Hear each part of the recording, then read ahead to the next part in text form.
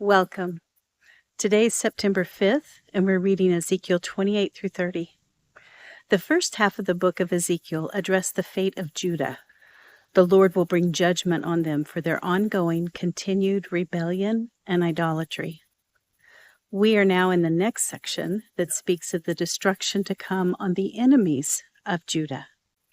We begin today in chapter 28, a continuation from yesterday about God's judgment on Tyre, the capital of Phoenicia. In the early years of King Solomon's reign, Tyre helped provide supplies for the building of the temple of the Lord. But by now, they are a nation full of idol worship. 28:1 speaks to the leader, the prince of Tyre.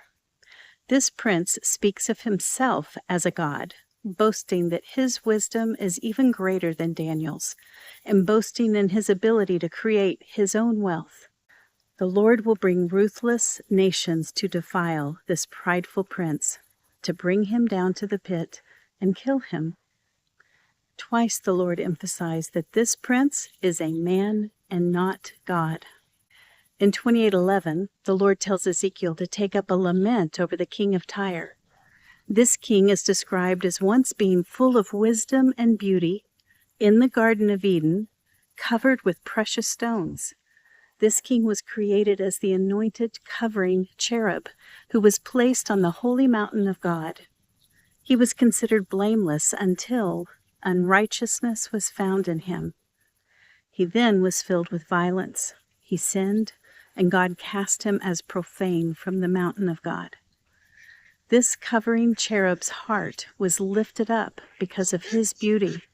He corrupted his wisdom by reason of his splendor, with a multitude of iniquities. The Lord destroyed him, this covering cherub, in the midst of the stones of fire. The Lord cast him to the ground and turned him to ashes on the earth. All who know him among the peoples are appalled at him. The Lord declares that this cherub will cease to be forever. This is a hard text. This lament about the king of Tyre, the covering cherub, is it speaking exclusively about a man? Or is it an allegory about Satan? Or both?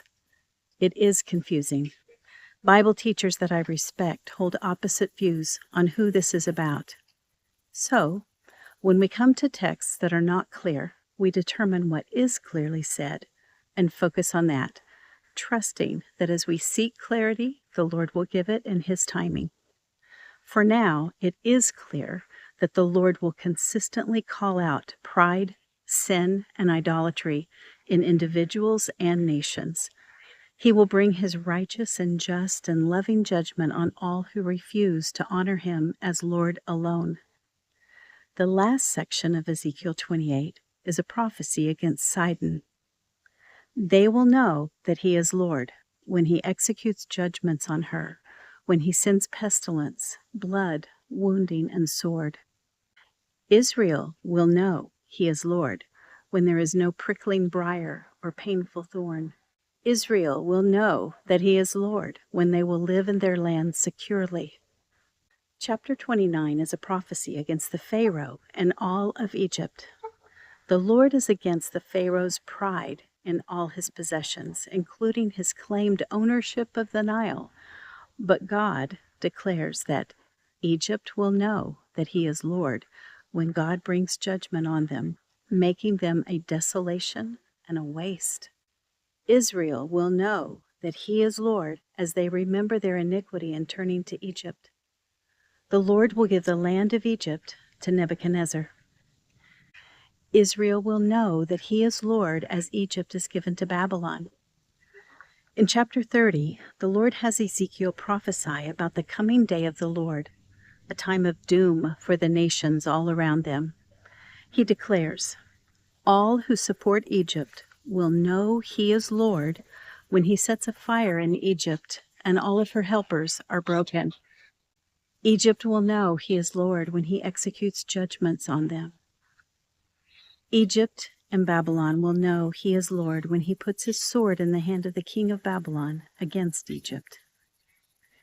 Egypt will know He is Lord when He scatters them among the nations and disperses them among the lands.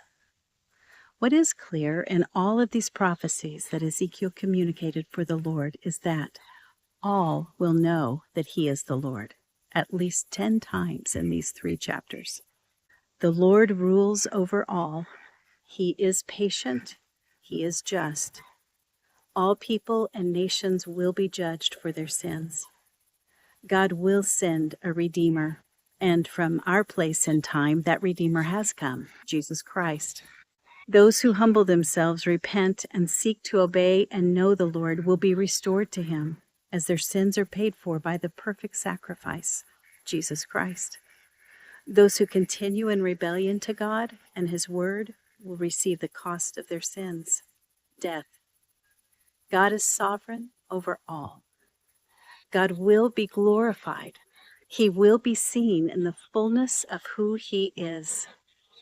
All will know that he is the Lord. What an awesome God we serve.